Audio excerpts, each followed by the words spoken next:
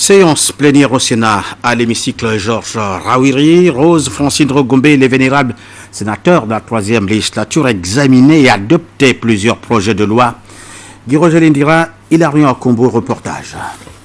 En présence de plusieurs membres du gouvernement, Mme Rose Francine Rogombe a présidé cette séance plénière qui comportait 3 principaux points, dont la présentation de l'ordre du jour, l'adoption du compte-rendu de la séance plénière du mercredi 27 novembre dernier et l'examen et adoption des textes soumis à l'appréciation des vénérables sénateurs de la 3e législature. Après les 2 premiers points, il s'est poursuivi le point concernant le vif du sujet, à savoir l'examen et adoption des projets de loi. La Commission des affaires culturelles, sociales et de la communication a présenté 2 textes, à savoir le projet de loi modifiant certaines dispositions de la loi 6/75 du 25 novembre 1975 portant code de sécurité sociale. Ce texte s'appesantit sur la lutte contre les inégalités, la pauvreté et l'exclusion, ainsi que la protection de la veuve et de l'orphelin, axe majeur dans ce domaine de la politique du gouvernement. Le deuxième texte concernait le projet de loi portant modification de certaines dispositions de l'ordonnance numéro 0022/PR/2007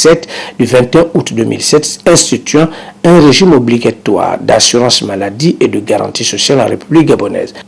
Un texte qui a connu un fort débat après les explications des vénérables sénateurs et du ministre Luko Yubi qui ont fini par se comprendre et adopter le texte à l'état malgré certains avis contradictoires. Enfin, la Commission des affaires économiques, de la production et des échanges a présenté pour examen et adoption le projet de loi portant orientation du développement durable en République gabonaise, un texte qui répond à la vision et à la stratégie politique du chef de l'État, devant permettre au Gabon de s'arrimer au processus permettant d'assurer à l'ensemble de la population des merveilleuses conditions de vie au plan économique, environnemental et social. Ces différents textes présentés à la plénière à l'Assemblée nationale ont été adoptés. Enfin, l'ensemble des vénérables sénateurs, en application des dispositions de l'article 52, alinéa 1er de la Constitution gabonaise, ont examiné et adopté le projet de loi autorisant le président de la République, chef de l'État, à légiférer par ordonnance pendant l'intercession.